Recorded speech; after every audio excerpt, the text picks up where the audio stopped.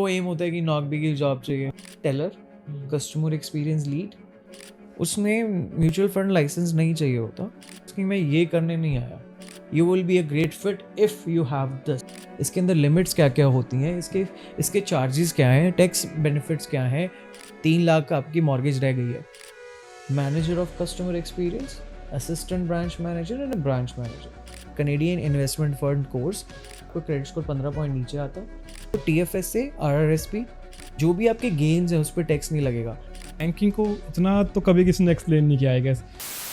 So hey, I am Sahil And I'm Sunny, and welcome to our podcast. Guys, आज हम अपना पहला podcast एक गेस्ट के साथ रिकॉर्ड करने जा रहे हैं. हमने कुछ वीडियोस निकाली हैं जिसमें मैंने और सनी भाई ने कुछ डिस्कशंस करी थी इमिग्रेंट से रिलेटेड, कनाडा में आने से रिलेटेड. लेकिन आज थोड़ा डिफरेंट कंसेप्ट है. हम सोच रहे हैं कि क्यों ना ऐसे प्रोफेशनल्स को अपने पॉडकास्ट में बुलाया जाए जो एक मतलब कनाडा में एक अच्छी जॉब लेने के लिए, जो अच्छी वाली जॉब होती है ना, अच्छी जॉब लेने के लिए इंस्पायर करें और बताएं, उनकी टिप्स एंड ट्रिक्स शेयर करें, उनका एक्सपीरियंस शेयर करें कि कैसा रहा. तो आज हमारे पास एक गेस्ट हैं फाइनली. ਤੇ ਅੱਜ ਸਾਡੇ ਨਾਲ ਨੇ ਵਿਵੇਕ ਜੀ. ਤੇ ਵਿਵੇਕ ਜੀ ਕੈਨੇਡਾ ਦੇ ਟੌਪ 5 ਬੈਂਕ 'ਚ ਕੰਮ ਕਰਦੇ ਨੇ ਐਜ਼ ਅ ਫਾਈਨੈਂਸ਼ੀਅਲ ਐਡਵਾਈਜ਼ਰ. ਤੇ ਇਹਨਾਂ ਨੇ ਇਹ ਪੋਜੀਸ਼ਨ 2 ਸਾਲਾਂ 'ਚ ਅਚੀਵ ਕੀਤੀ ਹੈ, which is commendable. Right, exactly. So thank you so much, Vivek ji. Thank you Vivek so bhai. much, Sahil and Sunny, for inviting me to this podcast today. तो शुरू करते हैं. ਤੇ ਵਿਵੇਕ ਜੀ, ਮੈਂ ਜਾਣਨਾ ਚਾਹਾਂਗਾ ਵੀ ਤੁਹਾਡੀ ਜਰਨੀ ਕਿਵੇਂ ਰਹੀ. ਤੁਸੀਂ ਜਿਵੇਂ ਫਾਈਨਾਂਸ ਸੈਕਟਰ 'ਚ ਆਏ, ਬੈਂਕਿੰਗ 'ਚ, ਤੁਹਾਡਾ ਕਰੀਅਰ ਕਿੱਦਾਂ शुरू होया. तो पहले तो मैं आप सबको फिर से थैंक यू बोलना चाहूँगा दोनों को for inviting me to this podcast. So आप जी ने पूछा जैसे कि आपने कि यार मैं इस इंडस्ट्री में आया. सो ऑनेस्टली इसके पीछे जैसे कि मैं कनाडा आया था 2019 में और मैंने मार्केटिंग एंड सेल्स मैनेजमेंट किया. देन उसके बाद जैसे ही मैं ग्रेजुएट हुआ अप्रैल में 2021 में, then I was looking for a sales career. Then I reached out to some of my professors and reached out to some people on LinkedIn. Then so one of my friend, she helped me and she told me you have a good communication skills in both sense, like verbal and written communications. So why don't you apply for a banking? उस दौरान फिर ये बहुत बड़ा, उसके बाद मैंने financial adviser role के लिए अप्लाई कर दिया था, रीच आउट किया और भगवान की कृपा से उसमें आ भी गया था. जब वो फाइनेंशियल एडवाइज़र का इंटरव्यू हुआ, I ended up when I give an interview to that person, he was a branch manager in Kitchener. So उसके बाद ही टोल्ड मी अभी आप रेडी नहीं है but I want to offer you a teller role. This is how I ended up working for a top 5 bank as a teller. So I started my journey as a teller. Then after that teller बनने के बाद I outperformed on that role for 5 months. और उसके बाद I became a personal banking advisor. I worked on that role for almost 1 year and 8 months. 1 साल और 8 महीना मैंने उस पर काम किया. फिर I became a financial advisor. So this was the journey I started with and I am doing now. जब आप कनाडा में आए तो आपका ऐसा कोई गोल तो नहीं था कि मुझे फाइनेंस में जाना है या बैंक में जाना है, या कभी आपने इंडिया में सोचा हो कि यार बैंक में जॉब करनी है यार? देखो यार, मैं जब इंडिया में था मुझे ये था कि मेरे को 2 कोर्सेज में से एक कोर्स लेना था. पहला कोर्स था सप्लाई चेन और दूसरा कोर्स था मार्केटिंग एंड सेल्स मैनेजमेंट. तो मैंने जो कोर्स लिया वो लिया मैंने मार्केटिंग एंड सेल्स.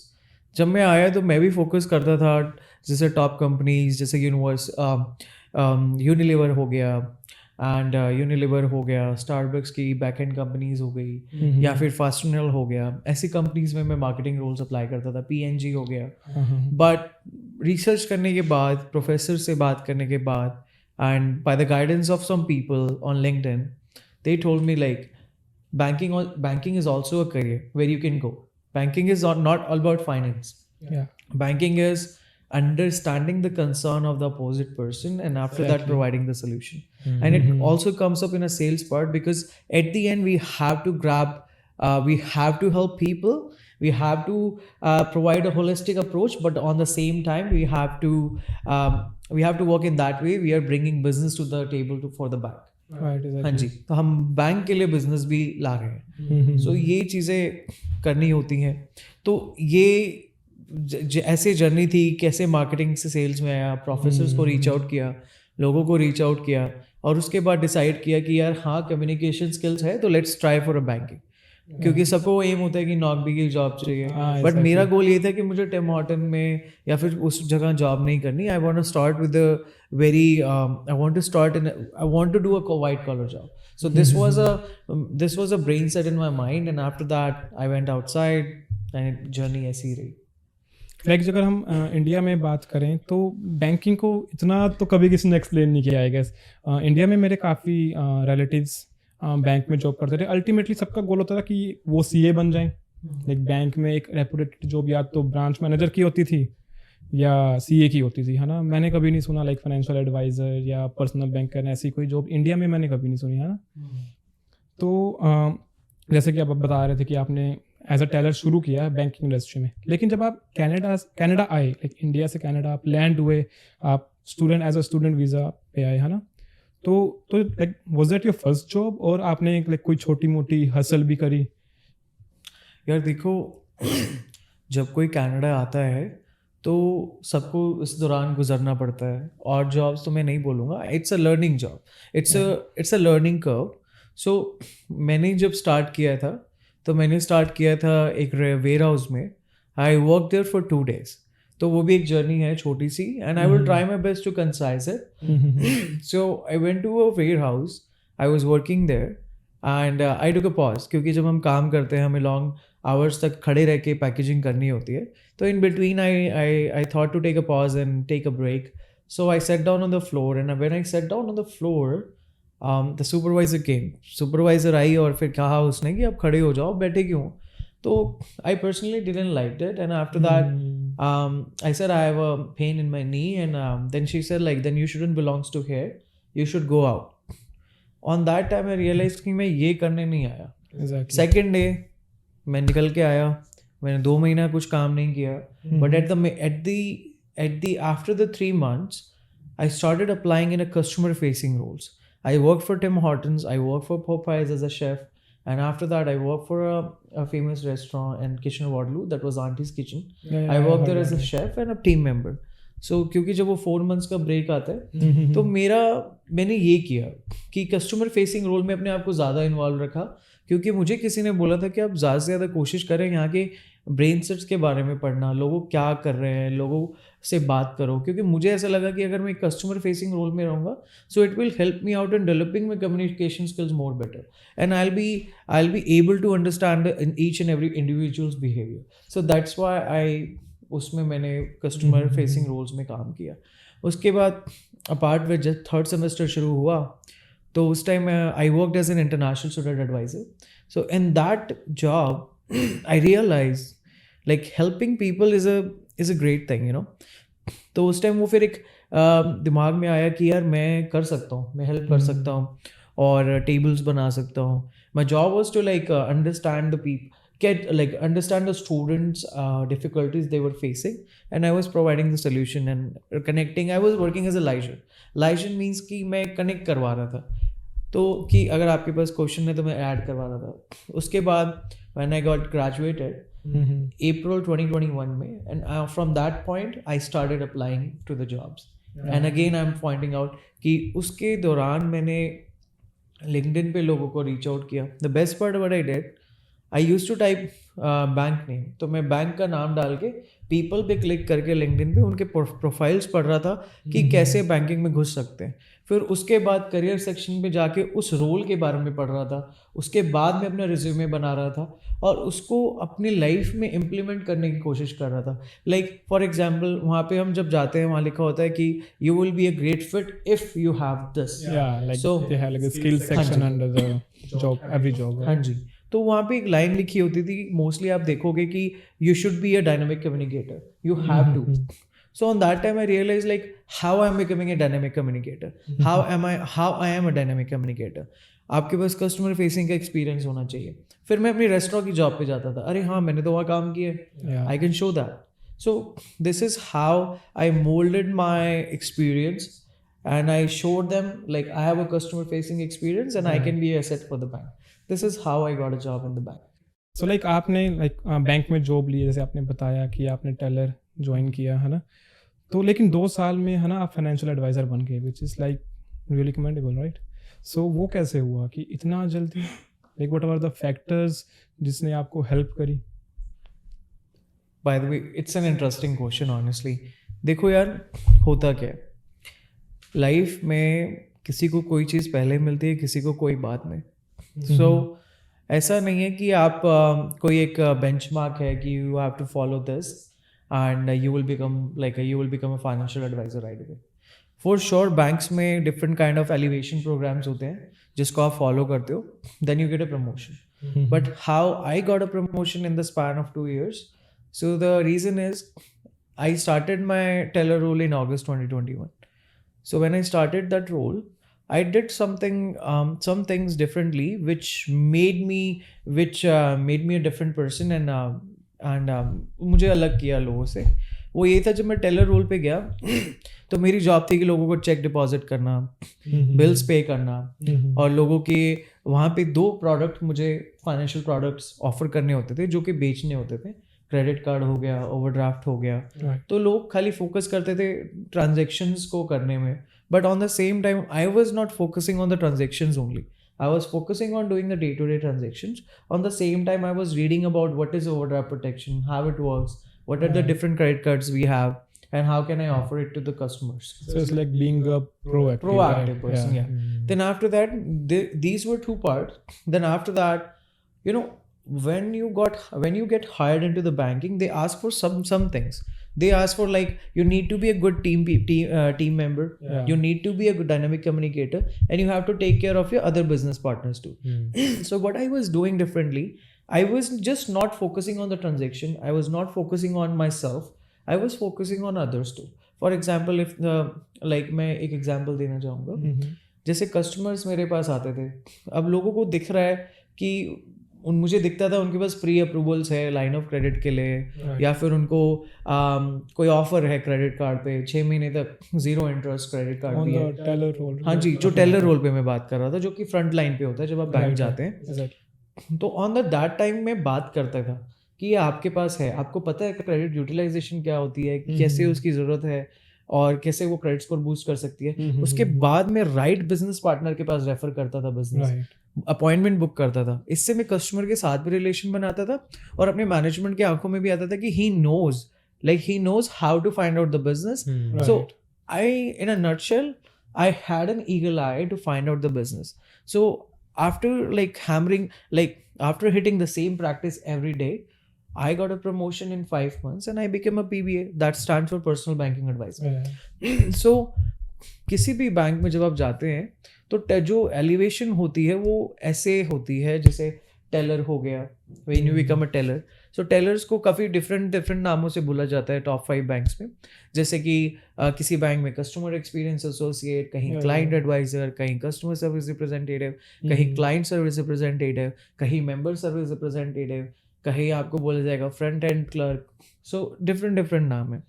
ड्यूटीज़ वही होती है, रिस्पॉन्सिबिलिटीज़ वही होती है हर एक बैंक में.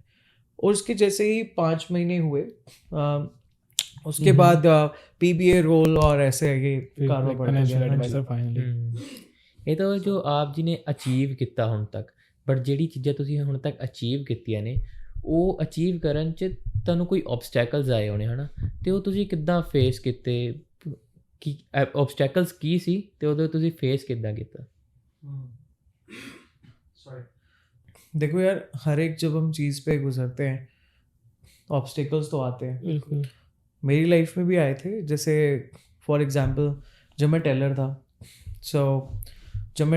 वहाँ पे, टेलर में आउट परफॉर्म करने के बावजूद भी कई बार मैनेजमेंट्स में ऐसे लोग होते थे कि you are not ready for the next role. Like आप रेडी नहीं है दूसरी पोजीशन पे जाने के लिए, which was above me. But कहीं ना कहीं से हेल्प आ जाती है.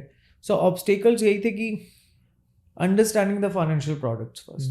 सो इन दैट टाइम मैंने क्या किया, जैसे फाइनेंशियल प्रोडक्ट्स को पढ़ने के लिए क्या किया, हर एक बैंक में मार्केटिंग चैनल होता है डिफरेंट लैंग्वेजेस में, जो कि अपने कस्टमर्स के लिए बनाया होता है और एम्प्लॉयज़ के लिए भी. प्रोसीजर्स दिए होते हैं जो कि कस्टमर के लिए भी होती है, एम्प्लॉयज़ के लिए भी। तो मैं वो ही पढ़ता रहता था। I used to make a handbook for myself and for my tellers कि तुम भी पढ़ो और मैं भी पढ़ रहा हूँ। ਲਾਈਕ ਦ ਪ੍ਰੋਡਕਟ ਗਾਈਡਸ ਵੀ ਹਾਂਜੀ, ਹੈਵ ਹਾਂਜੀ। ਵਿਦ ਐਵਰੀ ਪ੍ਰੋਡਕਟ या प्रोडक्ट गाइड्स। ਤੁਸੀਂ ਇਹ ਕਹਿੰਦੇ ਵੀ ਜਿਹੜੇ ਹੁਣ ਨਵੇਂ ਬੈਂਕ 'ਚ ਲੱਗ ਰਹੇ ਜੇ ਕੋਈ ਟੈਲਰ ਲੱਗ ਰਿਹਾ ਕੋਈ ਹੋਏ, ਉਹਨਾਂ ਨੂੰ ਅੱਗੇ ਫਰਦਰ ਮਤਲਬ ਆਪਣੀ ਪ੍ਰਮੋਸ਼ਨਸ ਲਈ ਤਾਂ ਆਪਣੇ ਐਦਾਂ ਨਹੀਂ ਵੀ ਜੋ ਆਪਣਾ ਕੰਮ ਟੈਲਰ ਦਾ ਕੰਮ ਹੈ ਸਿਰਫ ਉਹ ਕਰੀ ਜਾਣਾ, ਬਲਕਿ ਆਪਣੇ ਆਪ ਨੂੰ ਸ਼ੋਅ ਅਪ ਕਰਨਾ ਹੈ ਨਾ ਵੀ ਜਿਵੇਂ ਤੁਸੀਂ ਕਹਿ ਰਹੇ ਹੋ ਮੈਂ ਸੈਲ ਕਰਦਾ ਸੀ, ਕ੍ਰੈਡਿਟ ਕਾਰਡ ਸੈਲ ਕੀਤਾ ਹੈ ਨਾ, ਜਾਂ ਫਿਰ ਕੁਛ ਵੀ ਕੀਤਾ, ਕਸਟਮਰ ਨਾਲ ਗੱਲ ਕੀਤੀ ਵੀ ਤੁਹਾਡੇ ਕੋਲ ਇਹ ਚੀਜ਼ ਪਈ ਹੈ, ਤੁਸੀਂ ਲਾਈਨ ਆਫ ਕ੍ਰੈਡਿਟ ਲੈ ਸਕਦੇ ਹੋ ਹੈ ਨਾ, ਅਤੇ ਉਹ ਐਕਸਟਰਾ ਵਰਕ ਕਰਦੇ ਰਹਾਂਗੇ ਤਾਂ ਕਿ ਬੈਂਕ ਦੀ ਨਿਗਾਹ 'ਚ ਵੀ ਆਈ ਹੈ ਨਾ, ਇਹ ਕੰਮ ਕਰ ਸਕਦੇ ਨੇ ਜੋ टेलर्स एंड ऑल ने। हाँ जी, देखो यार आपने सही बोला कि जैसे अब मेरा मानना ये है कि अगर आप कोई भी प्रोडक्ट आप मार्केट में लगा रहे हैं उसको आपको नॉलेज पूरी होनी चाहिए, क्योंकि I don't want to behave like a dumb in front of the customer, and I have had situations as well। जैसे आपने पूछा था कि आपने क्या डिफरेंट किया है ना, और ऑब्स्टिकल्स आए, मैं वैसे ही उस पर बात करना चाहूँगा। सो ऑब्स्टिकल्स यही थे कि जैसे पहले बताया, पहले गाइडेंस नहीं थी। कोचिंग्स होती हैं बैंकिंग में, हर एक वीक कोचिंग होती है फाइनेंशियल प्रोडक्ट्स के बारे में, स्कोर कार्ड्स होते हैं कि क्या क्या आपने अचीव किया, काफ़ी सारे एस्पेक्ट्स होते हैं। बट मैं बिजनेस मार्केटिंग चैनल से वहीं से पढ़ता था जो बैंक में था, घर भी लाता था, ट्रेनिंग मॉड्यूल्स करता था, जितना हो सके अपने आप को नॉलेजेबल बनाता था। And I was working in a downtown branch, so in Kitchener. So what I did differently, and see, I had a challenge. I didn't had that much strong communication at the first time when I got into the banking, because I didn't know the terms. Yeah. So what I did, I was taking each and every customer who was standing in the line, because every time I was taking a customer, I had a different topic. Like one was there to deposit a check. That was an obstacle for me, क्योंकि यहाँ के check deposit system अलग होते हैं, यहाँ पे ऑथराइजेशंस अलग होती हैं, यहाँ पे ओवरड्राफ्ट के पेपर्स अलग होते हैं, स्कैनिंग्स अलग होती है। तो ये चैलेंजेस आए, इसको सीखा, ट्रेनिंग मॉड्यूल्स को फॉलो किया, प्रोसीजर्स को किया। उसके बाद PBA बने। जब PBA बने तो एक ऑब्स्टिकल मेरी लाइफ में एक और आया कि कई बैंक्स में जो पर्सनल बैंकिंग एडवाइजर्स रोल होते हैं, जो कि NOC-B में भी आते हैं, उसमें म्यूचुअल फंड लाइसेंस नहीं चाहिए होता और कोई CSC लाइसेंस नहीं चाहिए होता। Mutual fund stands for like CAFC, Canadian investment fund course, और CSC होते हैं Canadian securities course, like the shares and all that stuff। देखो यार, म्यूचुअल फंड्स की नॉलेज के लिए होता है कि अगर आप म्यूचुअल फंड्स बेचना चाहते हैं, if you have an interest to sell mutual funds or and do any investments, and if you want to advise someone, then you need to be a license, you need to be a mutual fund license with MFDA, that is stand for mutual fund MFDA होता है, mutual fund distribution of association, ऐसे dealers association, yeah sorry, MFDA का होता है, जैसे India में SEBI होता था वैसे यहाँ पे होता है। उसके बाद आप म्यूचुअल फंड बेच सकते हैं एज ए फाइनेंशियल एडवाइजर। तो जैसे फॉर एग्जांपल TD है, वहाँ पे आप पर्सनल बैंकिंग एसोसिएट लगते हो, then you are just doing opening accounts, lending कर रहे हो, कंसोलिडेशंस कर रहे हो, आप इन्वेस्टमेंट्स नहीं करते। तो चैलेंज ये भी था कि जब मेरे को प्रमोशन देने का टाइम आया, वाज परफॉर्मिंग हाई, तो मेरे पास म्यूचुअल फंड नहीं था, and they holded my promotion for almost 6 months because I didn't pass my mutual funds. So ये भी चैलेंजेस आते हैं, कई बार आप किसी चीज़ के लिए भी नहीं बने होते, मगर आपको अगर आप बार बार करते हो, उसको समझ के करते हो, तो चीज़ें होती हैं। Then after that I became a mutual like a financial adviser. So ये ऑब्स्टिकल्स है। So like being in a like it's been like 3 years now, you are in a financial industry. So like what do you think कि क्या changes आ रहे हैं banking industry में या financial industry में? Like आपका क्या perspective है? Is it like booming? Is it going down? देखो यार, मैं पर्सनली बिलीव करता हूँ कि मैं मॉर्गेजेस साइड में जाना चाहता हूँ। मुझे ऐसा लगता है कि जो फाइनेंशियल इंडस्ट्री कनाडा की है ना, मुझे इतना डेप्थ में नहीं पता, बट मैं ये कह सकता हूँ कि कोई भी जब लोग आ रहे हैं तो आप अपना रिसर्च करें कि जो चेंजेस आ रहे हैं, जैसे चेंजेस कहाँ पे आप फॉलो कर सकते हैं। जैसे आप डिफरेंट बैंक की वेबसाइट पे जाएं, आप वहाँ पे भी देख सकते हैं कि फॉर एग्जांपल जब हम आते हैं एज अ स्टूडेंट, तो हम स्कॉटिया बैंक, CIBC वहाँ जाते हैं अपनी GICs खुलवाने के लिए, सिंपली फाइनेंशियल में जाते हैं। तो instead of just focusing on your GIC banks, जहाँ पे आपने GIC इंडिया से खुलवाई है, अब दूसरे बैंक भी एक्सप्लोर करें, जैसे TD है, RBC है, क्योंकि इनके पास स्टूडेंट बोनस बहुत अच्छा होता है। हम्म, पीछे अभी स्टूडेंट बोनस था, जैसे आरबीसी में मैंने सुना कि आप अगर अकाउंट खुलवाओगे तो people were getting like free watch, Apple watch, iPad, yeah. So you can actually take an advantage of that. So changes तो मैं इतना exactly मुझे नहीं पता changes, but ये है कि हर चीज़ के काफ़ी ऑप्शंस हैं, काफ़ी ऑप्शंस हैं। अगर आपको लग रहा है आपके पास एक ही क्रेडिट कार्ड है, ये है, तो मैं ये कहूँगा कि आप डिफरेंट ऑप्शंस ट्राई करें। You do your own research actually. ਤੁਸੀਂ ਐਜ਼ ਅ ਫਾਈਨੈਂਸ਼ੀਅਲ ਐਡਵਾਈਜ਼ਰ ਕੰਮ ਕਰਦੇ ਹੋ, ਇੱਕ ਫਾਈਨੈਂਸ਼ੀਅਲ ਐਡਵਾਈਜ਼ਰ ਦੇ ਬੈਂਕ 'ਚ ਕੀ ਰਿਸਪੌਂਸਿਬਿਲਿਟੀਜ਼ ਹੁੰਦੀਆਂ ਨੇ? देखो यार, फाइनेंशियल एडवाइज़र जो आता है ना, वो मिड सीनियर लेवल में आता है, तो उसमें रिस्पॉन्सिबिलिटीज़ कैसी कैसी होती हैं। जैसे मान लीजिए आपको मैं शुरू से बताऊंगा, तो major responsibilities are like opening up different accounts that comes under the day-to-day category. For example, if you went to the bank, if you go to the bank, you see like there is a person who opens your GIC, there is a person who helps you in your new accounts. तो एक responsibility भी होती है different accounts, जैसे checking हो गया, saving हो गया, US accounts हो गया, euro accounts हो गया. Second responsibility which is main, that is investments, कि आपको TFSA के बारे में गाइड करना, RRSP के बारे में गाइड करना, RESP क्या होता है, FHSA अकाउंट क्या होता है, इसके अंदर लिमिट्स क्या क्या होती हैं, इसके चार्जेस क्या हैं, टैक्स बेनिफिट्स क्या हैं, टैक्स ट्रीटमेंट्स क्या होते हैं, और ये सब चीज़ें आपको गाइड करते हैं। Financial adviser just not focus, वो आपको खाली इन्वेस्टमेंट्स ऑफर करते हैं, आपको टैक्स के बारे में नहीं बताते। There is a second other person who take cares of the tax, and third thing is which is the main part and which I love it, that is lending. So lending का मतलब होता है कर्ज देना। तो lending, हाँ जी, तो उसमें हमें एप्लीकेशन करनी होती है। जैसे lending में लाइन ऑफ क्रेडिट एप्लीकेशन हो गई, सिक्योर्ड और अनसिक्योर्ड। अनसिक्योर्ड में होता है कि आप कोई सिक्योरिटी नहीं रख रहे, and according to your credit score, India में उसको सिबिल स्कोर भी बोलते हैं, उसके अगेंस्ट आपकी सिबिल स्कोर और एनुअल इनकम देखने के बाद आपको कर्जा दिया जाता है, just like a credit card, lower interest rate पे। ये तो हो गया अनसिक्योर्ड। फिर उसकी एप्लीकेशन होती है सिक्योर्ड, जैसे आपने घर लिया है, उसके अंदर आपने मान लीजिए आपका 5 लाख का घर था, आपने 4 लाख का लोन लिया है, तो आपने 2-3 साल पे की पेमेंट्स, और उसके बाद अब 3.5 लाख या 3 लाख आपकी मॉर्गेज रह गई है, तो जो 1 लाख था वो इक्विटी बन गई, तो उसको फिर रीफाइनेंस करके आपको लाइन ऑफ क्रेडिट बना के देना, that's called a home equity line of credit. तो उसकी भी एप्लीकेशंस करनी होती हैं। और other than that, most of the time we have to close down the branch as well with a junior. So एक जूनियर और सीनियर की कॉम्स होती हैं ब्रांच क्लोज करने के लिए, टर्म्स एंड कंडीशंस फॉलो करने होते हैं, ओपनिंग प्रोसीजर्स फॉलो करने होते हैं। अगर मैनेजर्स मीटिंग में बिजी हैं तो फ्रंट लाइन को भी गाइड करना होता है, उनके सेल्स टारगेट्स भी देखने होते हैं, caching out stuff and all that, या ऑथराइज करना होता है। और लॉयर्स के चेक आते हैं, ओपनिंग क्लोज लाइक क्लोजिंग के आते हैं, जैसे किसी की क्लोजिंग होनी है घर की, तो उसको ऑथराइज करना कि जिसके अकाउंट से पैसे आ रहे हैं, जिसमें जा रहे हैं, उसके पास फंड्स में पैसे हैं कि नहीं, सिग्नेचर्स देना। एंड जो main part I forgot to tell you, like कई बार जिंदगी में कनाडा में ना लोग आधे डेट पे चल रहे हैं, उसमें लोगों को कंसोलिडेट करना। जैसे मान लीजिए मैं हूँ, मेरे पास 10,000 का क्रेडिट कार्ड TD के साथ है, 5,000 RBC के साथ है, 5,000 CIBC के साथ है।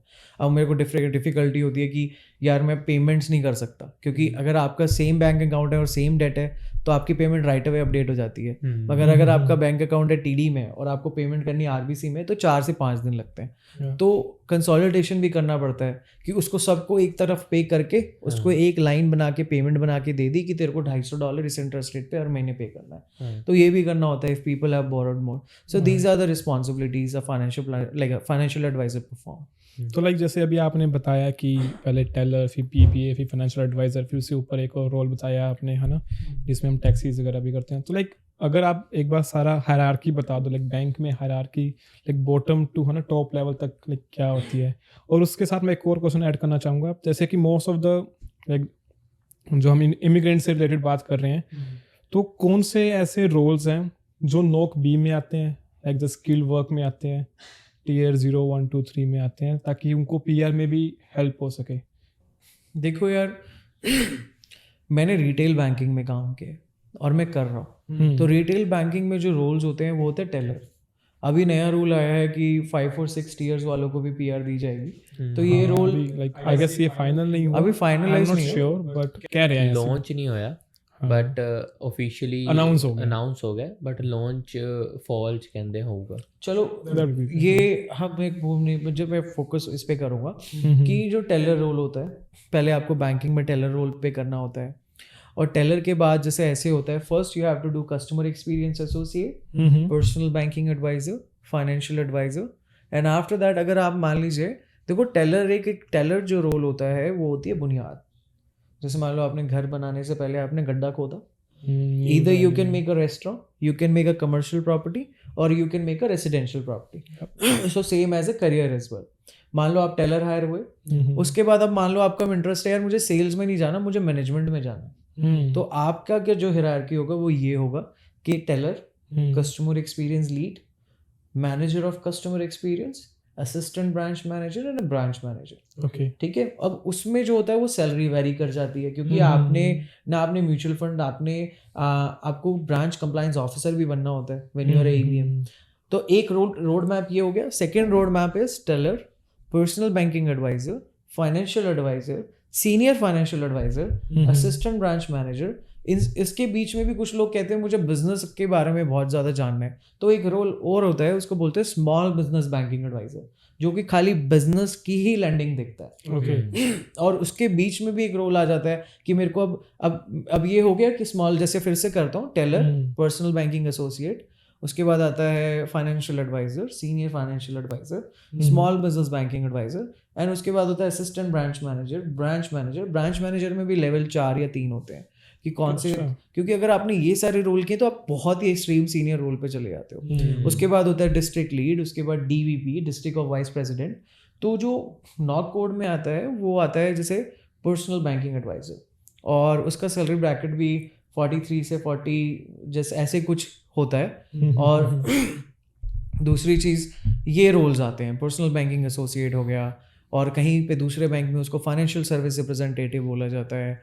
और एक और चीज़ में मैं ऐड करना चाहूँगा कि जिसको मान लो कोई, अब मान लो हमारे भाई या बहन होते हैं जिसे उनको लगता है कि यार I am very good at selling, अब मुझे कमीशन रोल में जाना है। तो अब 2 तरह के कमीशन रोल होते हैं, किसी को इन्वेस्टमेंट पसंद है, किसी को लैंडिंग साइड पसंद है। तो जिसको इन्वेस्टमेंट पसंद है, he can become a financial planner, he can become a RIS, risk stands for retail investment specialist. उसके अंदर सेल्स गोल बहुत हाई होते हैं। जैसे मान लीजिए हम फाइनेंशियल एडवाइजर हैं, हमें $10 ही म्यूचुअल फंड में डलवाना है। अगर आप रिटेल इन्वेस्टमेंट स्पेशलिस्ट हो तो every $1 you are putting into the mutual fund, you will get a commission out of it. I don't know about the percentage but this is how it works.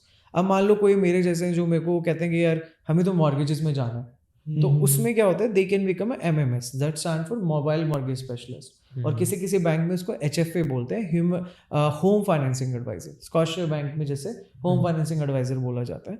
सो ये सारे road maps होते हैं। और एक और चीज़ मैं ऐड करना चाहूँगा कि जैसे ये तो हो गया रिटेल बैंकिंग में, कुछ लोग होते हैं कि हमें इंश्योरेंस साइड भी जाना है, कुछ लोग होते हैं कॉन्टैक्ट सेंटर साइड भी जाना है, तो उनमें भी पोजीशंस काफ़ी होती है। जैसे इंश्योरेंस साइड में आपका इंश्योरेंस एडवाइज़र हो गया, और अपना उसके लिए भी लाइसेंस चाहिए, LLP की जो ऐसे LLQP करके कुछ लाइसेंस होता है। हाँ जी। और अगर आप कॉन्टैक्ट सेंटर जैसे हम फ़ोन करते हैं, तो ये सारी चीज़ें होती हैं।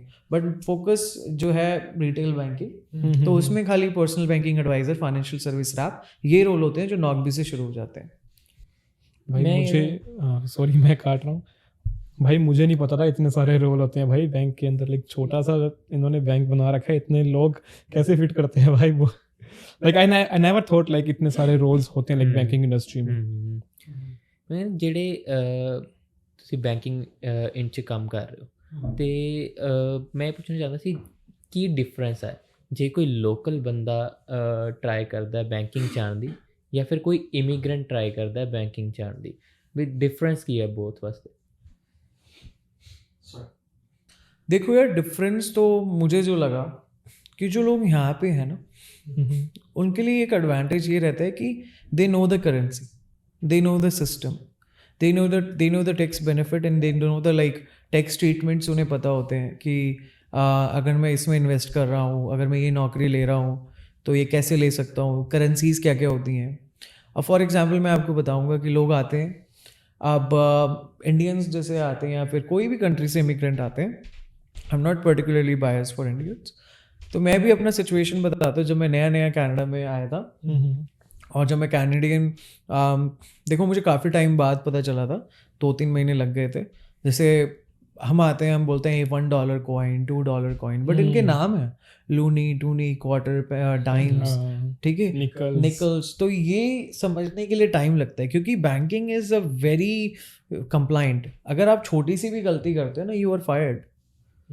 सो अगर मान लीजिए कोई ट्रांजेक्शन्स आपने करी, आपने $10 के बाद खुले देने हैं पैसे, और आपने गलती से निकल पकड़ा दिया डाइम की जगह, है तो छोटी सी गलती, पहली माफ़, पहली में कोचिंग होएगी, दूसरी में कोचिंग होएगी, तीसरी में आपको वार्निंग लेटर आएगा, चौथे में आप बाहर, ऐसे भी होता है। और अगर बड़ी मिस्टेक करते हो तो राइट अवे बाहर।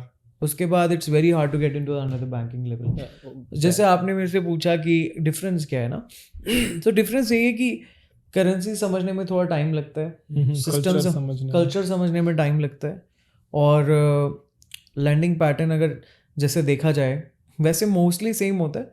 मेजर जो चीज़ मैटर करती है ना यार, जो मैंने देखा है कि लोग इंडिया का एक्सपीरियंस डाल देते हैं, मगर उनको चाहिए कि आपने यहाँ क्या किया है, क्योंकि उनको इंडिया का नहीं पता। जैसे मान लीजिए आपने कभी इंडिया में देखा होगा, जैसे मैं दिल्ली से हूँ, तो दिल्ली में ब्लैक पीपल आ जाते हैं, जैसे इमिग्रेंट्स आते हैं हमारे वहाँ पे, तो हम भी कहते हैं यार ये वहाँ से हैं, फैसिनेट नहीं हो जाते हम कि यार वैसा होगा वैसे होगा, वहाँ क्या करते होंगे, हम पाकिस्तान कभी नहीं जा सकते, तो हम वहाँ देखते हैं यार वहाँ कैसे लोग होंगे। तो वैसे ही उनके लिए होता है कि यार हमें क्या पता वहाँ क्या होगा, उसने क्या लिखा है, अब उन्हें क्या पता एक्सिस बैंक क्या करता है, उन्हें क्या पता ICICI क्या है। तो इसलिए वो ये मांगते हैं कि आपकी कम्युनिकेशंस अच्छी होनी चाहिए, कम्युनिकेशंस अच्छी हो, आप अंडरस्टैंड कर रहे हो, आप कस्टमर से बात कर पा रहे हो, आप कस्टमर को समझा पा रहे हो कि देखो ये है, आप उसको होलिस्टिक अप्रोच दे पा रहे हो।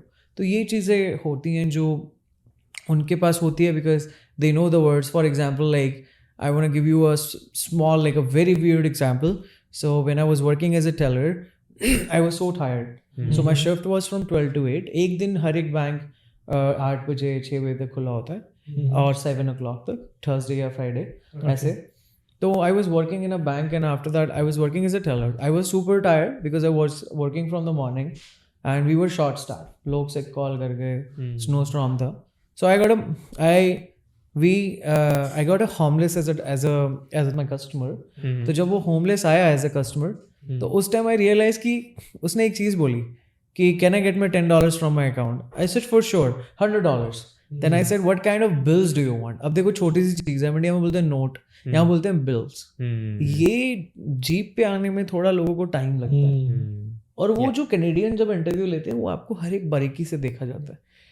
बेसिकली आप ये कहना चाहते हो जो इमिग्रेंट्स और लोकल्स में फ़र्क है, क्योंकि उनको बेसिक्स पता है लोकल को, इमिग्रेंट्स को बेसिक नहीं पता होता है यहाँ की कई बार, बेसिक। हाँ जी, और फिर वो कॉन्फिडेंस भी लूज़ कर जाते हैं। और मैं अक्सर ये कहता हूँ कि आप अपनी रिसर्च करो। अब जैसे आजकल मैंने देखा है लिंक्डइन पे लोग रीच आउट करते हैं कि हमारे पे CSC है, हमारे पे म्यूचुअल फंड लाइसेंस है, हमें जॉब नहीं मिल रही फिर भी।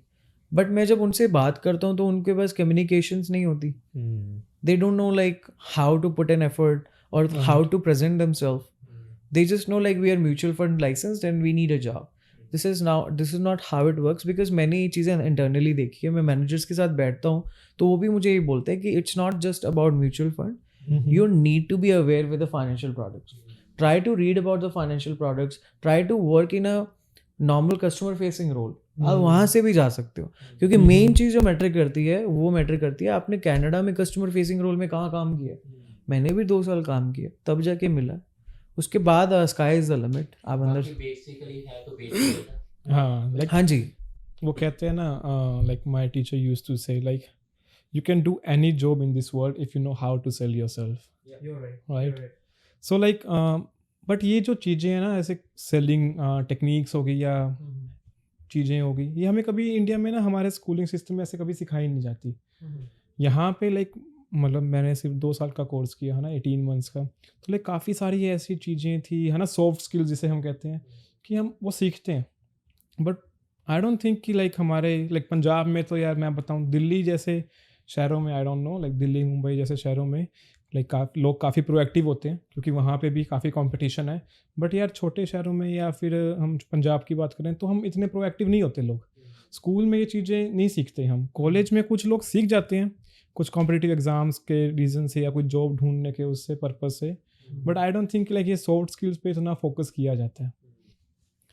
तो लाइक जो लाइक न्यू इमिग्रेंट्स आ रहे हैं है ना, किसी को लाइक बैंकिंग में जाना है, जैसे सोच के आ रहा है कि यार मुझे बैंक में जॉब लेनी है ना, या फिर वो चाहते हैं उनको एक अच्छा एस्पायरिंग वो लग रहा है पाथवे लग रहा है, कैरियर पाथवे लग रहा है कि हम इसमें कर सकते हैं, तो वो एंट्री लेवल जॉब कैसे है ना क्रैक करें, या फिर क्या टूल्स हो सकते हैं, क्या सॉफ्ट स्किल्स हो सकते हैं जो उनको हेल्प करें?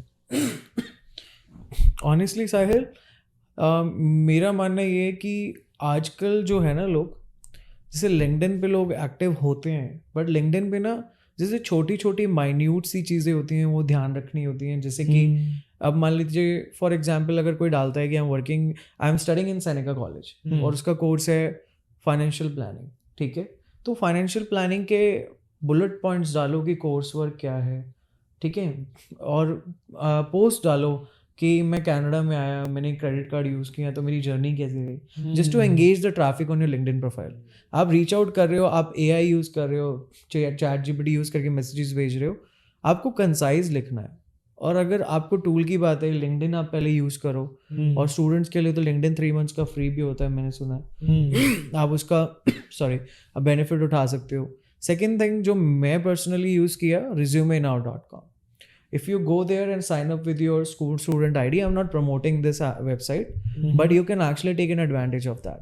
उसमें आप अपना डालते हो, मान लीजिए आपने रोल डाला customer experience associate for example, representative, तो उसमें ऑटोमेटिकली आपको बुलेट पॉइंट्स आ जाएगा कि कनाडा में लोग क्या क्या लिख रहे हैं, तो वो आप अपना ऐड कर सकते हो।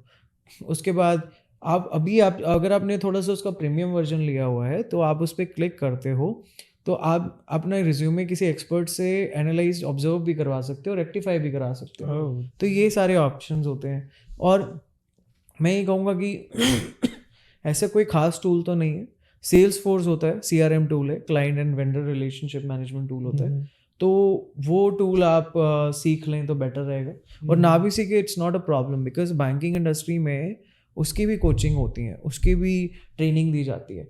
और एंट्री लेवल जॉब लेने के लिए पहले तो आपने टूल्स पूछा था, और क्या पूछा था कि लाइक एंट्री लेवल जॉब में क्या सॉफ्ट स्किल्स होने चाहिए?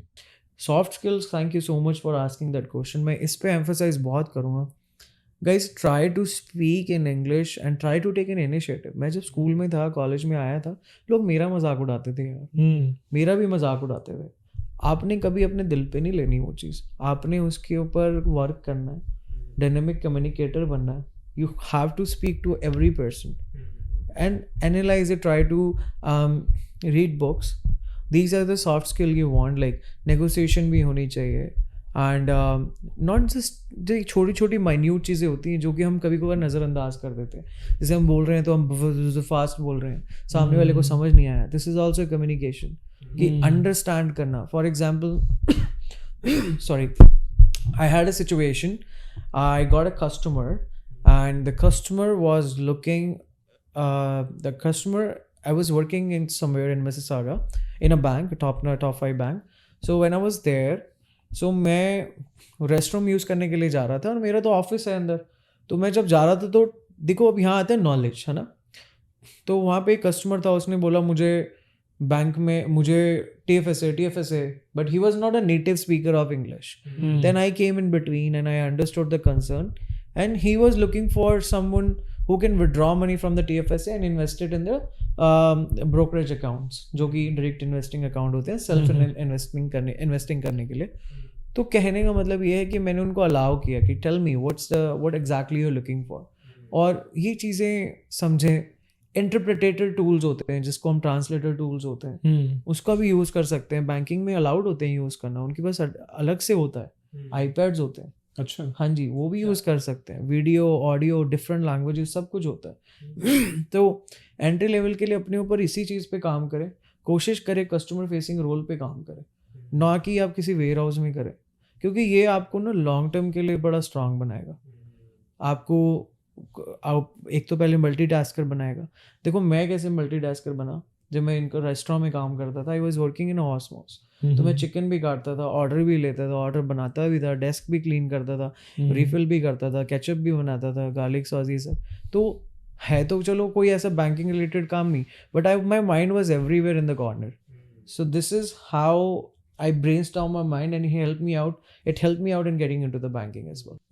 मैंने ये चीज़ बहुत नोटिस करी है, जैसे कि आपने भी नोटिस किया कि ब्रैम्पटन रहते हो जैसे कि ना ब्रैम्पटन में मोस्टली ना इंडियंस हैं हमारे, ठीक है। और जब कोई बच्चा, कोई न्यू स्टूडेंट ब्रैम्पटन में आता है ना, तो काफ़ी अपनी फैमिली उसकी होती है मोस्ट ऑफ द टाइम, या कोई ऐसा दोस्त, या हर कोई आसपास इंडियंस होते हैं जो पंजाबी बोल रहे हैं, जो हिंदी बोल रहे हैं, है ना।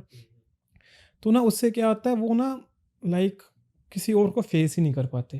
जो यहाँ के कैनेडियंस हैं, जो इंग्लिश स्पीकर्स हैं, उनको फेस करने से ना वो कतराते हैं, है ना। क्योंकि अगर टीम होटल्स में या किसी भी कस्टमर फेसिंग रोल में काम कर रहे हो ब्रैम्पटन जैसे शहर में, तो मतलब ना वहाँ पे भी इंडियंस ही आ रहे हैं, कस्टमर्स भी मोस्टली, तो वो कतराते हैं। तो जब वो जॉब ढूंढने जाते हैं, जब उनको एक ऐसी जॉब चाहिए होती है, चाहे वो बैंक में हो गई या किसी भी कंपनी में होगी जहाँ पे उनको सेल्स में काम करना है या कस्टमर फेसिंग रोल करना है, तो वो कर नहीं पाते, वो इंटरव्यू नहीं क्रैक कर पाते, सबसे बड़ी बात। तो आई गेस लोगों को बाहर निकलना चाहिए। अगर तुम्हारा इन्वायरमेंट ऐसा जहाँ पे काफ़ी इंडियंस हैं, काफ़ी नेटिव लैंग्वेज वाले लोग हैं, तो खुद ट्राई करो कि तुम ऐसे लोगों के साथ बैठो, उनका कल्चर समझो, सीखो, जो कि है ना खास सेल्स जैसी जॉब्स में तो बहुत हेल्पफुल रहेगा, है ना।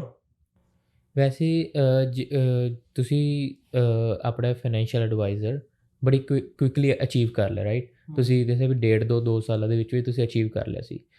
ਐਸੇ ਹੋਰ ਵੀ ਬਹੁਤ ਐਸਪਾਇਰਿੰਗ ਲੋਕ ਹੋਣਗੇ ਜੋ ਕਿ ਚਾਹੁੰਦੇ ਹੋਣਗੇ ਕਿ ਅਸੀਂ ਵੀ ਛੇਤੀ ਤੋਂ ਛੇਤੀ ਵਧੀਆ ਪੋਜੀਸ਼ਨਸ ਲਈਏ, ਰਾਈਟ। ਅਤੇ ਤੁਸੀਂ ਕੀ ਉਹਨਾਂ ਨੂੰ ਟਿਪਸ ਦੇਣਾ ਚਾਹੁੰਦੇ ਹੋ ਕਿ ਤੁਸੀਂ ਆਹ ਗਲਤੀਆਂ, ਕੁਛ ਤਾਂ ਗਲਤੀਆਂ ਮੇ ਵੀ ਤੁਸੀਂ ਕੀਤੀਆਂ ਹੀ ਹੋਣੀਆਂ ਵੀ ਅੱਜ ਤੁਸੀਂ ਨਾ ਕੀਤੀਆਂ ਹੁੰਦੀਆਂ ਤਾਂ ਅੱਜ ਤੁਸੀਂ ਜਲਦੀ ਉਹ ਚੀਜ਼ ਕਰ ਲੈਂਦੇ, ਰਾਈਟ। ਤਾਂ ਉਹ ਕੀ टिप्स ने ਜਿਹੜੇ ਤੁਸੀਂ ਉਹਨਾਂ ਲੋਕਾਂ ਨੂੰ देना चाहोगे? सनी देखो यार, मैं अगर वापस जाऊं 2019 में जब मैं आया था, so I will fix that thing. वो चीज़ ये है कि थोड़े टाइम ही सही आप किसी टिम हॉर्टन्स पे काम करो, कैसे भी करो। और आपको मैं बता दूं, कई बार लोगों को लगता है कि बैंकिंग में कैसे जाएंगे, बैंकिंग में तो अभी मेरा वर्क परमिट नहीं आया। ऐसा नहीं है जी। बैंकिंग में पार्ट टाइम रोल भी होते हैं, जिनको हम टेलर रोल बोलते हैं, पार्ट टाइम होते हैं। 10 घंटे 20 घंटे 10 मिनिमम होते हैं, मैक्सिमम 40 तक चले जाते हैं, और उसमें सैलरीज भी बहुत अच्छी होती हैं। तो मैं ये कहूँगा कि just not to wait till get graduated, start applying from the first semester. Okay. And when you start applying from the first semester, think about it. जब मैं एक छोटा सा एग्जांपल देता हूँ कि मैं 2019 में दिसंबर में मैंने एक कंपनी में अप्लाई किया था। उन्होंने मेरा टेल मी अबाउट योरसेल्फ पूछा, एंड मैंने बोला my name is Vivekanand, I am from Delhi and I have completed my bachelors. उनको समझ गया था कि ये अभी रेडी नहीं है, ही वॉक मी आउट। मैं फिर कहीं और गया, फिर मैंने टेल मी अबाउट योरसेल्फ के आगे परफॉर्म किया, पूछा, बताया, तो फिर मैं as a international student adviser college में हायर हुआ। अगर मान लो बैंकिंग मिल भी नहीं रही है तो आप ऑन कैंपस जॉब्स अप्लाई करो, ऑन कैंपस जॉब लेने की कोशिश करो, जो कि आपके आवर्स भी काउंट नहीं होते। ऑन कैंपस जॉब में अपने आप को एक्टिव रखो, ठीक है। तुम एडमिन जॉब ले सकते हो क्योंकि आपको उसमें टास्क करने होते हैं। It's better than working in a warehouse. I am not bias और against those jobs, but if you want to go into the banking industry, this will help you out. Think about it यार। एक कहावत है कि गूंद के साथ आटा पिसता है, तो अगर आटा लग रहेगा, गूंद अलग रहेगा, तो साथ में नहीं होगा। कणक के साथ गुण पिस जाता है। हाँ, आई डोंट एग्जैक्टली कुछ होता है। कणक नाल गुण भी पिस जाता है। हाँ जी। सो जैसे आपने पूछा गलतियाँ, मैं ये करूँगा कि यार जब मैं स्टूडेंट रहूँगा, अगर मैं बिलोंग नहीं करता फाइनेंशियल प्लानिंग कोर्स से या फिर कोई फाइनेंशियल टेक्नोलॉजी कोर्स से, और जैसे मैं मार्केटिंग में था, मुझे किसी ने नहीं बताया म्यूचुअल फंड लाइसेंस चाहिए, तो मैं अपना पैसा लगा के सेविंग करके 600-700 का एग्जाम होता है डॉलर का, I will give a mutual fund exam and I will do my mutual fund exam, I will try my best to do a CSC, और उसके बाद I will start applying. Then after that I will increase my chances. By the time I will be graduated, अगर मैं graduate होने के बाद, अगर मान लो मैं 2 साल का कोर्स है, 3 सेमेस्टर मैंने टेलर काम किया, by the time I come on a work permit, I can ask for a promotion, I can ask for a associate advisor or a financial associate, मतलब junior financial advisor, और and after that मान लीजिए एक बंदा आ रहा है जो work permit पे टेलर शुरू कर रहा है, और एक आ रहा है जिसने स्कूल लाइफ में टेलर शुरू करा और जब वो ग्रेजुएट हुआ and he was adviser. Exactly. तो इससे रिलेटेड मेरे पास 2 क्वेश्चंस हैं। सबसे पहले तो कि चलो कोई टेलर रोल पे पहुंच गया, एक चीज़ और मैं बताना चाहूँगा, आई एम सो सॉरी मेरे माइंड से स्किप हो जाएगा, कि जब मैं रिज्यूमेज देखता हूँ लोगों के, मैं ट्राई करता हूँ लोगों की हेल्प कर पाऊँ, तो जब मैं रिज्यूमेज देखता हूँ तो उस पर देखता हूँ लोग समरी डालते हैं और इंडिया का एक्सपीरियंस है किसी भी कंट्री का ऊपर रखते हैं। So what I recommend, instead of like putting the summary on the top, nobody have time to read your summary. I'll be very honest with you. So what you can do, just put the education on the top, then put the experience. If you don't have experience, it's fine. You can actually add your projects. हम colleges में पढ़ते हैं तो कितने छोटे छोटे projects आते हैं, जैसे मैंने मार्केटिंग कोलैटरल बनाया था सेकंड कप कॉफ़ी के लिए, तो वो भी डाल सकते हैं कि देखो यार मैंने इसके लिए मार्केटिंग कोलैब वो किया था, तो ये भी आप बता सकते हैं। तो आप जितने प्रोजेक्ट्स बताओगे, एलैबोरेट करोगे, यार इंसान समझता है कि यार चलो इसके भी एक्सपीरियंस नहीं है बट उसके पास सेंस है काम करने की, let's give him a chance. So this is also you can do. तो लाइक 2 क्वेश्चंस है मेरे पास। सबसे पहले तो लाइक अगर कोई टेलर रोल पे पहुंच गया, ठीक है, he got the job, he is in the industry now, so वो तब वहाँ से कैसे एक्सेल करे और जल्दी से जल्दी लाइक फाइनेंशियल एडवाइजर या और रोल्स पे पहुंचे। लेकिन उससे पहले आपने बताया था कि म्यूचुअल फंड एग्जाम्स और CSE एग्जाम्स, तो पहले क्या आप उसके बारे में लाइक थोड़ा डिटेल में बता सकते हो, अगर किसी को अगर टेलर रोल भी चाहिए तो क्या एग्ज़ाम है, क्या उसका खर्चा है, क्या उसके बारे में जो भी चीज़ें पता होनी चाहिए लोगों को। हाँ जी, देखो यार टेलर रोल के लिए कोई म्यूचुअल फंड लाइसेंस नहीं चाहिए होता, बट थिंक अबाउट इट कि अगर मान लो आप कभी कहीं जाते हैं ना, आप किसी सिलेक्शन के लिए भी गए, तो आप देखते हैं कि अगर किसी की जैक होती है, अप्रोच होती है, तो बोलते हैं आप इधर आ जाओ। तो वैसे ही भीड़ से आप अलग हट जाते हो when you have a additional thing in your resume. Okay, अब म्यूचुअल फंड्स को 2 कंपनियां हैं जो ऑर्गेनाइज कराती हैं, ऑर्गेनाइजेशंस। हाँ, जैसे इंडिया में जैसे होते हैं 2 स्कूल होते हैं, है ना, जैसे बिजनेस स्कूल्स होते हैं, IIT for technology and IIM for management schools, है ना। तो वैसे ही IFIC जो CIFC, that stand for Canadian investment fund course, mutual fund हम उसको प्यार मतलब ऐसे ही बोल देते हैं, वैसे उसका रियल नेम है कैनेडियन इन्वेस्टमेंट फंड कोर्स नाम है, EFIC। हाँ जी, उस EFIC को करने के लिए 2 ऑर्गेनाइजेशंस होती हैं। पहली होती है CSI, that stand for Canadian security of institute, and one is for IFSC, institute of financial securities of education, something like that. ये दोनों म्यूचुअल फंड एग्जाम भी कराती हैं, इंश्योरेंस के एग्जाम्स भी कराती है। मोस्टली ये जो सिक्योरिटीज के एग्जाम होती है ये दोनों फॉर्म करवाती है। ये कंपनीज, हाँ जी, अगर आपको इंडिपेंडेंटली करना है आप यहाँ पे ही कर सकते हो, बट मैं रिकमेंड करूँगा अगर आप एवरेज स्टूडेंट हो, go ahead with IFSC। IFSC का जो कंटेंट होता है, for example mutual fund CSI में अगर आप ये 700 पे कर रहे हो, यहाँ पे आपको 600 पे करना है, 500 पे करना है, ठीक है, ये तो हो गया ये। और दूसरी चीज़ हो गई, मान लीजिए आपका फर्स्ट अटैम्प्ट यहाँ नहीं निकला, तो यहाँ पे फर्स्ट अटैम्प्ट नहीं निकला, सेकंड अटैम्प्ट की आपको एक फ़ीस पे करनी पड़ती है, रीअपियर फीस। रीअपियरिंग फ़ी होती है $350 टैक्स के साथ CSI में। IFSC में सिर्फ $100 होती है, तो you are saving money. Here they are just 11 units you have to read, here there are 18 units you have to read. 18 कोई लाइक डिफरेंस है क्या दोनों में? डिफरेंस कोई भी नहीं है, डिफरेंस कोई भी नहीं है, ये थोड़ी ब्रॉड है, ये ब्रॉड है मगर पॉइंट मतलब on the point, to the point है थोड़ी।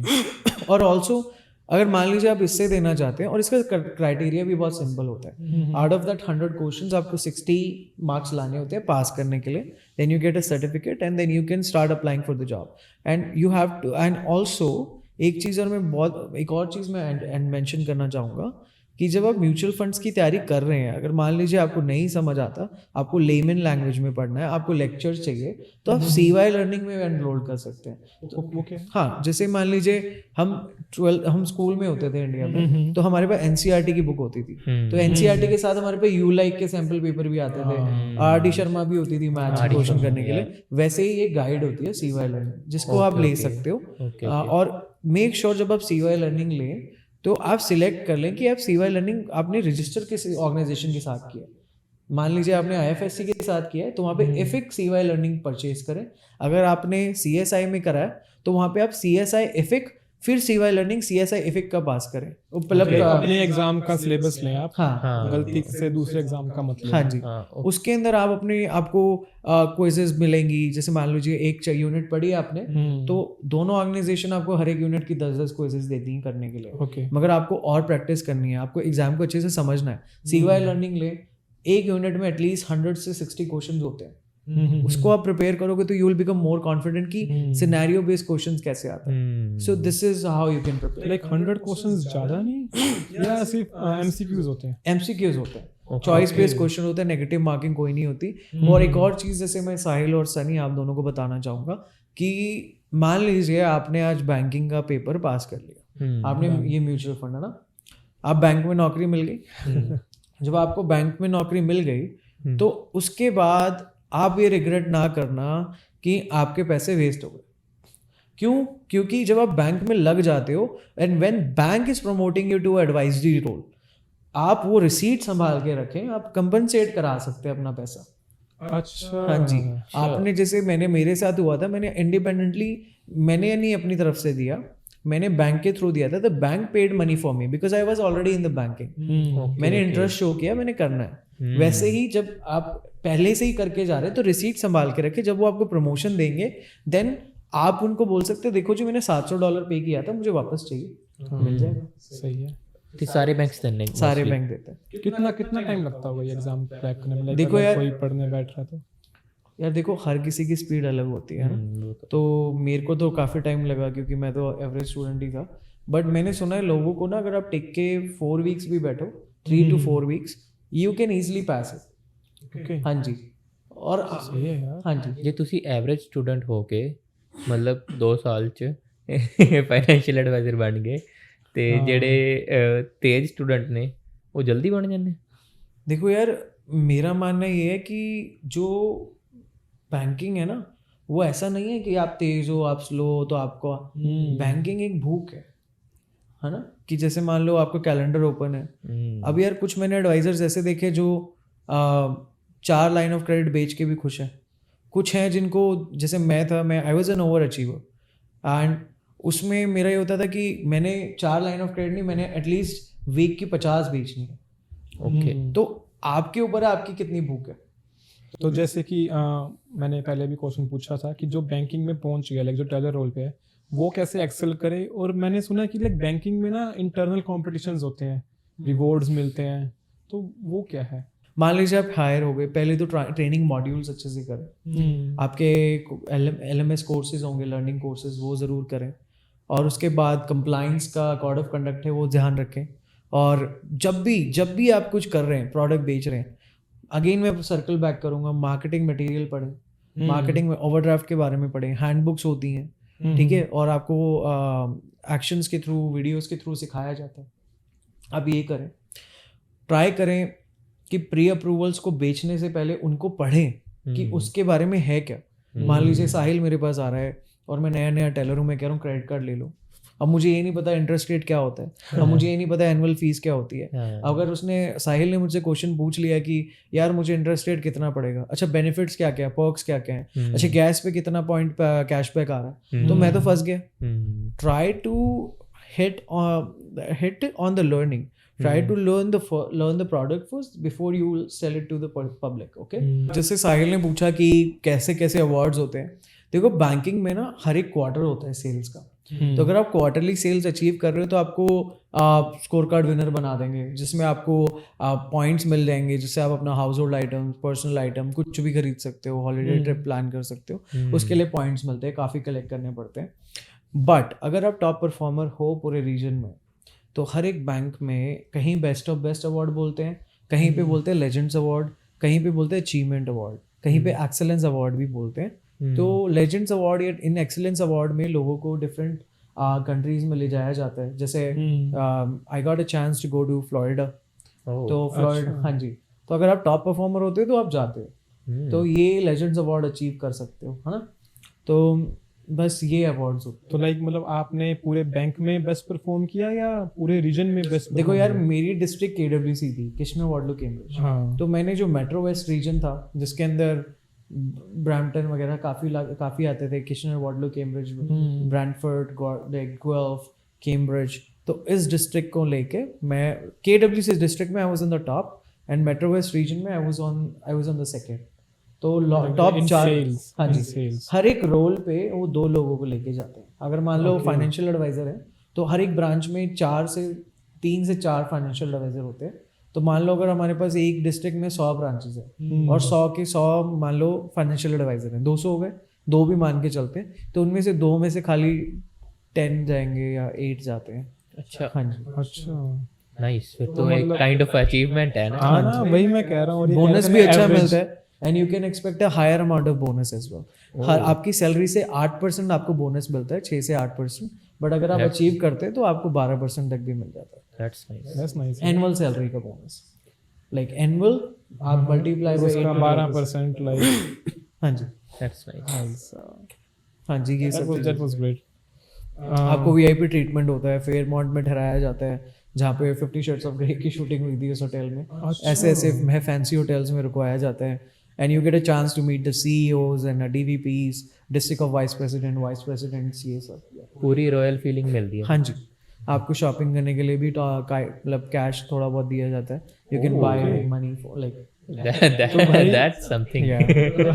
मतलब भाई banking is something, right guys? ऐसा नहीं है कि बैंक में जाओ और बैठे रहो, है ना, और अपनी ब्रेक का वेट करो जैसे हमारा SBI में होता था। नहीं, भाई कनाडा में बैंकिंग सेक्टर, भाई हमने सुना भाई से, है ना, भाई ने बताया कि कैसे उन्होंने अचीव किया 2 साल में इतना जल्दी, which is really good thing. अपने legends awards, like rewards and awards, trips के बारे में बताया भाई ने, है ना, और इतनी सारी नॉलेज भी शेयर करी।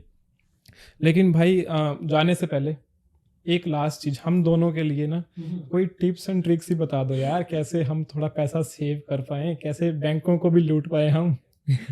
ਜਿਹੜੇ ਨਵੇਂ ਸਾਡੇ ਵਰਗੇ ਨਵੇਂ ਇਮੀਗ੍ਰੈਂਟਸ ਆ ਰਹੇ ਨੇ, ਜਿਨ੍ਹਾਂ ਨੂੰ ਕੈਨੇਡਾ ਦੀ ਹਜੇ ਫਾਈਨਾਂਸ ਦੀ ਨੌਲੇਜ ਨਹੀਂ ਹੈ, ਜਿਨ੍ਹਾਂ ਨੇ ਕੈਨੇਡਾ ਦਾ ਫਾਈਨਾਂਸ ਨਹੀਂ ਸਮਝਿਆ, ਕਿਵੇਂ ਕ੍ਰੈਡਿਟ ਕਾਰਡਸ, ਕਿਵੇਂ ਕ੍ਰੈਡਿਟ ਸਕੋਰ ਵਰਕ ਕਰਦਾ ਹੈ, ਕਿਵੇਂ ਆਪਾਂ ਨੂੰ ਲਾਈਨ ਆਫ ਕ੍ਰੈਡਿਟ ਮਿਲਦੀ ਹੈ, ਕਿਵੇਂ ਆਪਾਂ ਕੱਲ੍ਹ ਨੂੰ ਆਪਣਾ ਕ੍ਰੈਡਿਟ ਸਕੋਰ ਬਿਲਡ ਕਰ ਸਕਦੇ ਹਾਂ, ਇੱਦਾਂ ਦੀ ਕੋਈ 2-4 टिप्स नवे बंदे वास्ते। देखो यार, thank you so much again, ये आपने क्वेश्चन पूछा और मैं I am very glad I am answering this question. मैंने ना डिफरेंट लोग देखे हैं, डिफरेंट सिनेरियो के साथ, कोई स्टूडेंट, कोई वर्क परमिट, कोई temporary like open work permit, close work permit, I have seen lot of things. Okay, so पहले मैं छोटी सी चीज़ उठाऊंगा। अगर आप कनाडा आ रहे हैं, पहले जो भी आप अकाउंट ले रहे हैं, you should have an overdraft protection. उसमें क्या होता है, मान लीजिए अगर आपके अकाउंट में 0 बैलेंस है, it allows you to go into negative and उस time non sufficient fund fee जो होती है $50, $48, उससे आप बच जाते हो। अच्छा, मान लो अब हम स्टूडेंट्स होते हैं, हम शॉर्ट ऑफ मनी रहते हैं कभी कभार, है ना। अगर मान लो आपकी कोई कार पेमेंट है, किसी ने गाड़ी ले लिया या कुछ कर लिया, अगर आपको पता है एक पेमेंट मिस हो जाती है तो डेरोगेटरी मार्क लग जाता है, बिल्कुल, ठीक है। मगर मान लो आपका रेंट भी है, कई लोग शेयरिंग में रहते हैं, $500 ओवरड्राफ्ट आपको 100 से लेकर 500 तक मिल जाता है। तो मतलब आप $500 नेगेटिव में जाके विड्रॉ कर सकते हो, and you just have to pay $5 on the top अगर आप जा रहे हो तो। अगर आप नहीं जा रहे, you don't have to pay anything. तो आप वो जरूर लें इन केस इन इमरजेंसी, आपकी पेमेंट बाउंस बैक नहीं करेगी। सेकेंड थिंग, क्रेडिट कार्ड ले रहे हैं जब, तो क्रेडिट कार्ड लेने के बाद क्रेडिट यूटिलाइजेशन को समझें, अपने क्रेडिट कार्ड को एग्जॉस्ट ना करें, 500 से नीचे रखें, और खाली वो जो क्रेडिट स्कोर होता है स्कॉशिया बैंक की ऐप, CIBC, उस पर ना रहें। आप फ्री वेबसाइट्स भी डाउनलोड कर सकते हैं, एप्लीकेशन जैसे क्रेडिट कार्मा हो गई, बोरोवेल हो गई, वहाँ पे आप अपना देख सकते हैं। और एक छोटी सी चीज़ और कि आप $1000 का क्रेडिट कार्ड अपने बैंक से ज़रूर लें, बट आप कहीं और जाके भी $1000 का ले सकते हैं। Don't use it. मान लीजिए, मैं क्यों कह रहा हूँ क्रेडिट यूटिलाइजेशन में, मान लीजिए अगर आपके 1000 का क्रेडिट कार्ड है, अगर आप 500 ले रहे हैं, ठीक है, तो जो 500 आप यूज़ नहीं कर रहे हैं ना, तो आपका क्रेडिट स्कोर धीरे बढ़ेगा। मान लीजिए आपके पास क्रेडिट स्कोर मिल गया 2000, फिर आप 500 कर रहे हैं, तो आपके पास बचा कितना, 1500। तो आप बैंक कैसे काम करता है, इसकी जो एल्गोरिथम होती है कि यार इस बंदे को हमने इतना दिया, यूज़ नहीं कर रहा, ये कितना अच्छा बंदा है ना, इसको हम और देंगे। अच्छा, तो this is kind of layman language में समझाना। क्रेडिट यूटिलाइजेशन में एक्स्ट्रा क्रेडिट रखें इमरजेंसी के लिए। तीसरी चीज़, अपने मेक श्योर वॉलमार्ट में जाके मास्टर कार्ड ना ले, ठीक है, क्योंकि उसका कोई पर्क्स नहीं होता। वो आपको लगता है कि it's just a Mastercard, like have you applied for the Walmart Mastercard, that's a credit check. कोई भी क्रेडिट चेक अगर आपके अकाउंट में हो रहा है, आपका क्रेडिट स्कोर 15 पॉइंट नीचे आता है और वो आपके अकाउंट में ऑलमोस्ट 5 से 4 महीने तक हिट रहता है और आपको इक्विफैक्स करके कॉल करके हटवाना पड़ता है अगर आपने। तो इसलिए आप किसी को भी ना बोलें कि या you can do a credit check, because अभी आपको इफेक्ट नहीं पता चलेगा। जब आप गाड़ी लेंगे, तब आप घर लेंगे, तो उस टाइम पता चलता है कि यार इसके अकाउंट में तो कितनी सारी हिट लगी हुई है। तो उस टाइम आपको फिर कोई भी आप बड़ा प्रोडक्ट खरीदेंगे, जैसे मॉर्गेज हो गई या फिर लाइन ऑफ क्रेडिट हो गई, उसमें इंटरेस्ट रेट आपको ज़्यादा मिलता है। ਬੇਸਿਕਲੀ ਕੋਈ ਵੀ ਜਗ੍ਹਾ ਤੇ ਸਾਈਨ ਕਰਨ ਤੋਂ ਪਹਿਲਾਂ ਕਿਉਂਕਿ ਇੱਕ ਪਰਮਿਸ਼ਨ ਤਾਂ ਲਈ ਜਾਏਗੀ ਨਾ ਕ੍ਰੈਡਿਟ ਚੈੱਕ ਵਾਸਤੇ। ਕੋਈ ਵੀ कंपनी या कोई भी ਤੁਹਾਡਾ क्रेडिट चेक करेगा तो वो ਤੁਹਾਡੇ ਤੋਂ परमिशन फॉर श्योर रहेगा। हाँ जी, जैसे कैनेडियन टायर हो गया, पीसी ऑप्टिमम हो गया, आजकल तो विनर्स में भी मास्टर कार्ड मिलता है, हटसन में भी मिलता है, तो टिम हॉर्टन्स दे रहा है। तो यार ये चीज़ों पे ज़्यादा पैसे ना करें, हर जगह के क्रेडिट कार्ड ना लें, क्योंकि बाद में जब डेट होता है तो फिर डेरोगेटरी में भी राइट अवे चले जाते हो, फिर आप महंगे प्रोडक्ट्स कभी नहीं ले पाते। फाइनेंशियल इंस्टीट्यूट तो ले जाएं ਤੁਸੀਂ ਕਹਿੰਦੇ ਵੀ कोई बैंक्स तो लो, नहीं आप बाहर भी ले सकते हो, हर जगह मत लो। जैसे मान लीजिए, हाँ जी, मान लो यार मेरे को पता है कि मान लो आपके 5 फैमिली मेम्बर्स हैं, मम्मी आपकी एक घर ए में रह रही है, पापा आपके घर बी में रह रहे हैं, भाई आपका सी में रह रहा है, बहन आपकी डी में रह रही है। अब आप हर रोज़ अच्छा मम्मी से मिला तो ए में जाऊँ, तो आप फ्रस्ट्रेट नहीं होंगे बार बार ट्रिप मार के। तो वैसे ही अगर आपके पास 36 क्रेडिट पड़े होंगे, आप 2 क्रेडिट कार्ड रखो, उस पर उसको payment, this is like your baby, you have to feed him and you have to take care of the card. ठीक है। और दूसरी चीज़ इन्वेस्टमेंट में पूछा, तो जब भी हम टैक्स फाइल करते हैं ना, तो हमारे को TFS से RRSP का कंट्रीब्यूशन रूम मिलता है ना। क्या होता है मुझे नहीं पता है। हाँ जी, तो TFS से stand for tax free saving account. तो इसमें क्या होता है, मान लेते हैं कि TFS से ना एक तरीके से ऐसे करके एक घर है, ठीक है। अब एक तरीके से एक सर्कल है, घर ले लेते, सर्कल लेते हैं। अब आपने कहा कि हर साल गवर्नमेंट $6,500 आपको टैक्स फ्री देती है कि आप इतना टैक्स बचा सकते हो इसके अंडर। अब लोग कहते हैं TFS में क्या मतलब, पैसे डालने के बाद पैसे हमारे को कोई टैक्स नहीं लगेगा। ऐसा नहीं होता। मान लेते हैं कि जैसे मान लो ये हमारा हाथ है, ये TFS अकाउंट है, ठीक है। ये TFS अकाउंट है। TFS में ना 4 प्रोडक्ट्स होते हैं आपको परचेज करने होते हैं। पहला होता है म्यूचुअल फंड्स, दूसरा होता है हाई इंटरेस्ट सेविंग अकाउंट, तीसरी होती है GICs, चौथा होता है स्टॉक्स एंड ETF। अब ये चारों में से कुछ भी परचेज कर सकते हैं। मान लो आपने 4,000 डाल दिया जी कैनेडियन, मार्केट बहुत अच्छी थी, आपने नैस्डैक के शेयर में लगा दिया, आपका 4 से 5,000 हो गया। जो आपने 1,000 अर्न किया है ना, वो आपने TFS के अंडर में किया है, तो आपको TFS is a sheltered account. जो 1,000 है वो आपको उस पर आपको टैक्स पे नहीं करना। ओके, इन्वेस्टमेंट पे नहीं लगेगा, 4,000 पे टैक्स लगेगा, 1,000 जो अर्न किया है उस पे नहीं लगेगा टैक्स। हाँ जी, वो अर्न मनी पे नहीं लगेगा। पहली बार मेरे को समझ आया, मेरे को नहीं समझ। और दूसरी चीज़ ये है कि जो भी आपके गेन्स है उस पर टैक्स नहीं लगेगा। मान लेते हैं आप हमेशा टैक्स फाइल करें, CRA अकाउंट पे जाके देखें कि आपकी कंट्रीब्यूशन लिमिट है कितनी। मेरे कहने पे ना रहे, क्योंकि हर किसी की अलग होती है। मैं 5 साल से हूँ, तो मेरी कंट्रीब्यूशन इज अबव 40K, ठीक है। तो हर साल वो ऐड होती रहती है और आप कैरी फॉरवर्ड भी कर सकते हो। ऐसा नहीं कि आपने इस साल नहीं किया तो अगले साल नहीं कर सकते। दूसरी चीज़ ये भी है कि जब आप TFS से खुलवा रहे हैं, मान लेते हैं अगर आपने 6,000 डाले नैस्डैक, ठीक है, आपकी लिमिट है 6,500, आपका गेन हो गया 7,000, तो 6,500 पे तो 500 पे तो कुछ नहीं लगेगा, मगर जो 500 एक्स्ट्रा गया ना उस पर पेनल्टी लगेगी। अच्छा, ज़्यादा भी नहीं कमाना। हाँ जी, तो आप अपने अंडर रूम में रखें। तो उसको करने के लिए आप क्या कर सकते हैं, वो फिर बड़ा लंबा टॉपिक हो जाएगा, हम फिर उसमें बाद में डिस्कस करेंगे। और आप GICs का भी बेनिफिट उठा सकते हैं। जैसे अब बैंक्स हैं, खाली टॉप 5 बैंक में अब GIC क्या होती है, इंडिया में फिक्स डिपॉजिट होता है, FDs, है ना। आप GICs में इन्वेस्ट करें, उसको GICs बोला जाता है। वो स्टूडेंट GICs डिफरेंट। अगर आपको एक्स्ट्रा पैसा पड़ा है तो आप बैंक में जाके इंटरेस्ट रेट पूछे कि मैं 6 महीने के लिए इन्वेस्ट करना चाहता हूँ और मुझे म्यूचुअल फंड में नहीं डालना, क्योंकि अगर म्यूचुअल फंड में डालोगे नीचे भी जा सकते हैं, ऊपर भी जा सकते हैं। उसमें भी 3 रिस्क कैटेगरीज होती हैं, ठीक है। तो ये सारी चीज़ें हैं। तो GICs परचेज कर सकते हैं, सारी होती हैं, कैशेबल, नॉन कैशेबल। कैशेबल में होता है कि आप कभी भी कैश आउट करा सकते हैं। नॉन कैशेबल में जैसे 3 महीने का टर्म खरीद लिया, आप उसको तोड़वा ही नहीं सकते 3 महीने तक, नहीं तो उस पर पेनल्टी लग जाएगी। तो ये सारी चीज़ों का आप ध्यान रखें तो बेटर। तो भाई लोगों जो भी आ रहे हो, ये चीज़ें पे ध्यान दो। ऐसे कहीं भी जाके वॉलमार्ट पे, टिम हॉर्टन्स पे क्रेडिट कार्ड ना लो, है ना। अगर पैसे ज़्यादा हैं तो GIC खोलवा लो, घर पे मत रखो, है ना। बैंक में पड़े पैसे वेस्ट हो रहे हैं भाई, GIC में डालो, इंटरेस्ट कमाओ। तो भाई थैंक यू सो मच, है ना? Thank you भाई, so much, guys, like for inviting me and for having me today. It was an amazing discussion. ਅੱਜ ਬਹੁਤ ਕੁਝ ਤੁਹਾਡੇ ਤੋਂ ਅਸੀਂ ਕੈਰੀ ਕੀਤਾ, ਬਹੁਤ ਬਹੁਤ ਜ਼ਿਆਦਾ ਨੌਲੇਜ ਲਿੱਤੀ ਤੇ ਬਹੁਤ ਕੁਝ ਸਿੱਖਿਆ, ਹੈ ਨਾ। ਹੋਪ ਅਸੀਂ ਇਹ ਚੀਜ਼ਾਂ, ਹੈ ਨਾ, ਇੰਪਲੀਮੈਂਟ ਵੀ ਕਰ ਪਾਈਏ ਜਿਹੜੀਆਂ ਤੁਸੀਂ ਫਾਈਨੈਂਸ਼ੀਅਲ ਐਡਵਾਈਸਿਸ ਦਿੱਤੀਆਂ ਨੇ। थैंक यू सो मच ਤੁਹਾਡਾ ਅੱਜ ਸਾਡੇ ਪੋਡਕਾਸਟ ਆਉਣ ਵਾਸਤੇ। Thank you, Sahil. Thank you, Sunny. सो ये था भाई आज का पॉडकास्ट। ऐसे ही आगे पॉडकास्ट आते रहेंगे, नए नए गेस्ट, नए नए प्रोफेशनल्स हमारे वीडियोस में आते रहेंगे। और अगर तुम्हें कोई भी डाउट है बैंकिंग से रिलेटेड, कोई हेल्प चाहिए, तो भाई हम विवेक भाई का इंस्टाग्राम और लिंक्डइन मेंशन कर रहे हैं, तो feel free to reach him out. So guys, that's it for the day. Please like, comment, share and please subscribe and stay tuned.